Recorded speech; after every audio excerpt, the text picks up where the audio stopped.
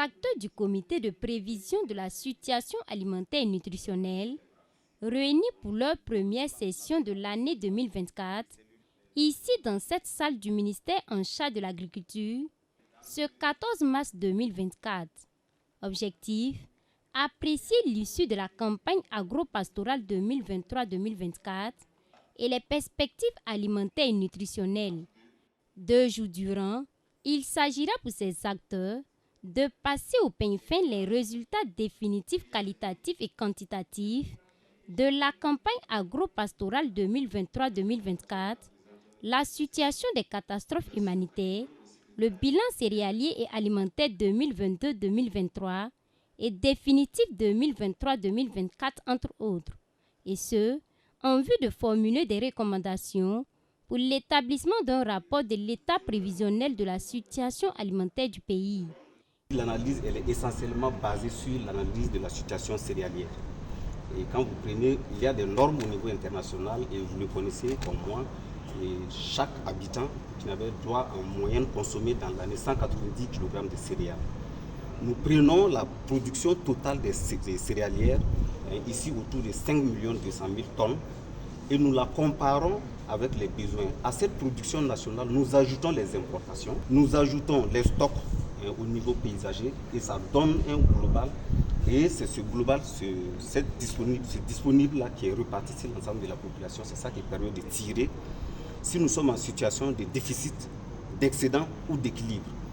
Nous sommes en situation d'équilibre quand nous couvrons en moyenne 100% de nos besoins. En situation d'excédent, c'est quand nous sommes au-delà de 120% des besoins de la consommation. Et quand nous sommes en deçà de 90, ou autour de 90, nous disons que nous sommes en situation de déficit. Cette session est chargée de valider les propositions que nous avons amenées ici. Et je pense que d'ici la fin de la session, vous aurez les chiffres définitifs officiels. Lors de la deuxième session de l'année 2023, du comité de prévision de la situation alimentaire et nutritionnelle, il ressortait que 16 provinces réparties dans les régions du Sahel, de l'Est, du centre-nord, du nord, de la boucle du Moun et du centre-est se trouvaient en situation de crise alimentaire. Cependant, avec la mise en œuvre de l'offensive agro-pastorale et halieutique 2023-2025, la situation s'est améliorée, selon Gustave Sommet qui tire par ailleurs un bilan satisfaisant.